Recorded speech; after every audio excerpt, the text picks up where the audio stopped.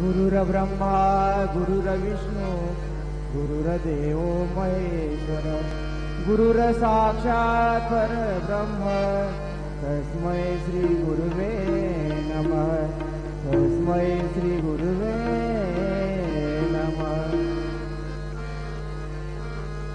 पायो जी मैंने राम रतन धन पायो, पायो जी मैंने राम रतन धन पायो, पायो जी मैंने राम रतन धन पायो।